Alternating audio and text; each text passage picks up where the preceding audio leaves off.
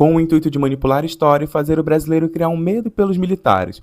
A história do regime de 1964 é sempre contada no viés autoritário, autocrata, ditador e manipulador, como se fosse um dos momentos mais aterrorizantes da história do Brasil. Mas se eu te contar que não é bem assim, e que grande parte da população brasileira foi enganada. Vamos lá, com base nesse artigo que tem como tema Poder Político, Controle das Elites, Desenvolvimento a Longo Prazo e Evidências do Brasil, eu vou te contar que o regime militar foi um dos maiores impulsionadores da economia brasileira, sem contar que tirou o Brasil de uma das maiores concentrações políticas. Sim, da alimentação, fardamento da escola, ao crescimento do PIB, eu vou te falar 6 fatos relacionados ao regime militar.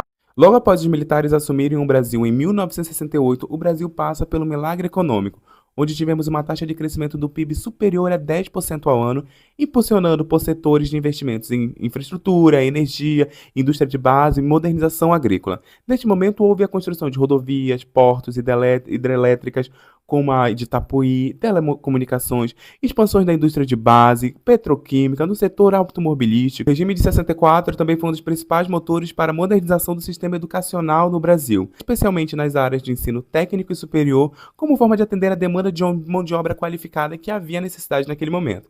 E aí nós tivemos a criação de institutos federais, e aí nós tivemos a criação dos Centros Federais de Educação e Tecnologia, que era o Cefet, hoje se chama o IFANS.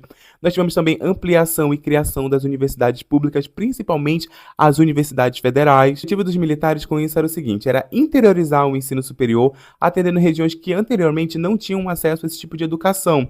Porque para o Brasil se tornar moderno, para o Brasil se tornar industrializado, precisava de mão de obra qualificada. O regime militar promoveu a industrialização principalmente nos setores de energia, no setor de petroquímica, fortalecendo ali a Petrobras, automobilística, aí nós temos a entrada de montadoras estrangeiras como a Ford. O Brasil se tornou um dos maiores produtores de aço e de veículos da América Latina, pessoal, só no regime militar. No momento quando os militares eles pegam o Brasil, havia uma grande concentração de renda e uma grande concentração política. E não havia, por exemplo, desenvolvimento em determinados tipos de interiores, principalmente no norte e no nordeste. E com isso ali, o regime militar incentivou a ocupação e desenvolvimento de regiões ali do centro-oeste, do norte, do nordeste.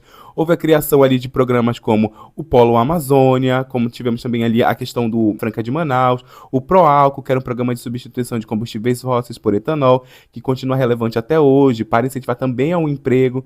Nós tivemos também modernização do sistema financeiro, que foi criado o Banco Nacional de Habitação, que financiou ali a construção de moradas populares, estabelecimento ali do Banco Central do Brasil, o do FGTS, que não é do Lula, tá bom? Foi do regime militar, que modernizaram o sistema financeiro e o sistema trabalhista. Tivemos um crescimento absurdo na questão das exportações, o governo incentivou a desertificação das exportações brasileiras, especialmente em produtos agrícolas, manufaturados. Passamos basicamente de um país exportador de produtos primários para um exportador de bens industrializados, como automóveis, máquinas. Temos também a criação de estatais estratégicas. Diversas empresas públicas elas foram criadas durante o regime militar, fortalecendo setores considerados estratégicos para a economia.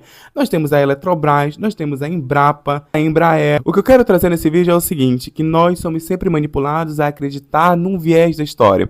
O que eu trago nesse vídeo são fatos econômicos que, se não fosse pelo regime militar, pela administração dos militares, o Brasil não estaria tão desenvolvido como ele é hoje. Então é isso, tá bom? Eu sou o Caprini, se você gostou desse vídeo, comenta aqui e me diz o que você achou, tá bom?